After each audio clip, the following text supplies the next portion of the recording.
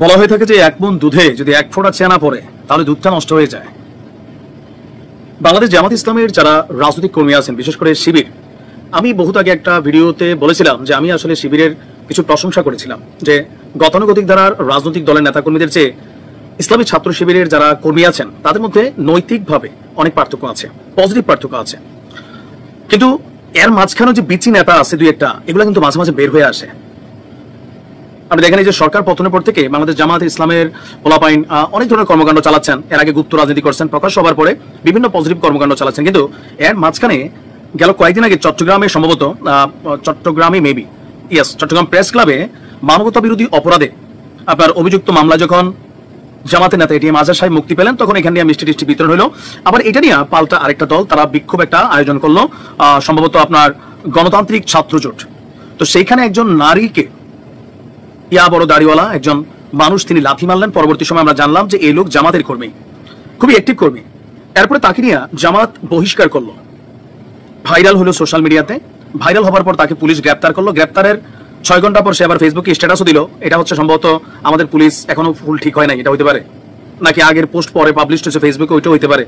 পুলিশের গ্রেপ্তারের 6 ঘন্টা পর সে ফেসবুকে পোস্ট দিয়েছে, ডাজন্ট ফ্যাক্ট। তো এরপরে তার বিরুদ্ধে যে মামলা হয়, সে গ্রেপ্তার হইয়া আপনার ভিডিওটা ভাইরালের কারণে গ্রেপ্তার হয়। এরপর আমরা দেখছিলাম যে জামাতের পক্ষ থেকে একটা বিবৃতি আসছিল যে আকাশ চৌধুরী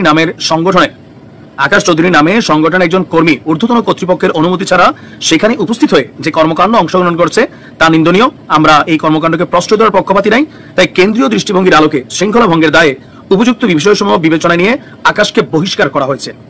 মজার বিষয় হচ্ছে জামাতকে এখনো মুখে একটা বলে অন্তর আরেকটা বলে আমি বিশ্বাস করি না, কিন্তু কর্মে তো এরকমই মনে হচ্ছে। আর এই প্রতিবেদন যখন আমি করতেছি, এটা বিবিসির মাধ্যমে সারা পৃথিবী দেখছে। আপনি দেখেন এগুলা ছোট্ট ঘটনা, কিন্তু অনেক কিছু একটা মেসেজ ক্রিয়েট করে। কি ঘটনা ঘটছে, কোথায় থেকে প্রেস লাগছে দেখেন। 1 জুন চট্টগ্রাম বন্দরের লালদিঘি এলাকা থেকে তাকে গ্রেপ্তার করে পুলিশ, এরপর কারাগারে আসে। এরপর তাকে 4 জুন আকাশকে জামিন দিয়েছে আদালত। বুধবার চট্টগ্রাম মহানগর হাকিম আবু বকর সিদ্দিক শুনানি শেষে তার জামিন মঞ্জুর করেন। আর আমরা যদি দেখি যে জামিনে মুক্তির পর আকাশ চৌধুরীকে তার সতীর্থরা ফুল দিয়ে, গলার মালা দিয়ে, ফুলের মালা গলায় দিয়ে তাকে সেখানে শুভেচ্ছা জানান। আর সেই ছবি ভিডিও সোশ্যাল মিডিয়াতে ভাইরাল। ঠিক এখান থেকে বিবিসি বিষয়টা টান দিয়ে নিয়ে গেছে যে জেল থেকে বের হবার পর তাকে ফুল দিয়ে অভ্যর্থনা জানাচ্ছেন, পাশে ছবি তুলছেন, এরা কারা? তো জানা গেছে এরা তারই সতীর্থ, জামাত এবং শিবিরের তার সাবেক কর্মী। এই ঘটনা নতুন করে বিতর্কের জন্ম দিয়ে বলছে যে একজন নারীকে প্রকাশ্যে লাথি মারার পর দুইজনটা মারছে। অভিযুক্ত ব্যক্তি যখন কারাগার থেকে বের হয়, তাকে ফুল দিয়ে বরণ করার মেসেজটা কি? এই মেসেজটা হচ্ছে সোজা কথা সহিংসতার স্বীকৃতি। এর আগে ওই যে এক মোল্লা ছিল, কি নাম আমার, যে তার নামটা হচ্ছে আসিফ অনব, ফেসবুকে দুনিয়ার নষ্টামি করে এক মহিলার পোশাক নিয়ে কথা কইতে যে খেয়াল আছে তো, তাহলে ভাইরাল হয়েছিল না, দেখছিল না, দুনিয়ার বদমাইশ। তো তারও এরকম ফুলটুল দিয়ে একদল মোল্লা গ্রুপ গিয়া তারা একদম কোরআন টোরান হাতে দিয়ে কি বানাই ফেললো। মানে জাতির মধ্যে এই ভাইবটা এখন আছে যে কোনো মহিলা যদি তার ইচ্ছা মতো ড্রেস পরে আর রাস্তায় হাঁটা এরকম অনব টাইপের বা যে কোনো ভাবে যদি সহিংসতার শিকার হয়, এটা একটা পজিটিভ ভাইব পায়। এখন এই দৃশ্যপটগুলো যখন আন্তর্জাতিক মিডিয়াতে আসে, আপনার বুঝতে হবে জামাতকে আরো সংযত হতে হবে, মুখে এক অন্তরে আরেক নীতি ছাড়তে হবে।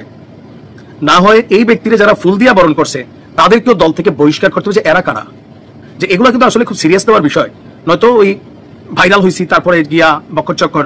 এখন তার সাথে আবার এখন এটার পরে জামাত ইসলামের পক্ষ থেকে বলা হয়েছে যে ফুলেল সংবর্ধনার সাথে জামাত ইসলামের কোনো সম্পৃক্ততা নেই। চট্টগ্রাম মহানগর জামাতের সহকারী সেক্রেটারি মোহাম্মদুল্লাহ বলছেন যে তার সাথে কোনো সংবর্ধনা নেই, আর এগুলো তার ব্যক্তিগত ব্যাপার, আমাদের কেউ নাই।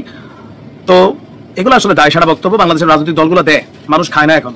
তবে সামনে ক্ষমতায় যাইতে গেলে জামাত এবং নারী সাংঘর্ষিক ইস্যু এটা অলওয়েজ ছিল, আপনারা নিশ্চয়ই এগুলো ফোকাস করবেন। ভালো থাকুন।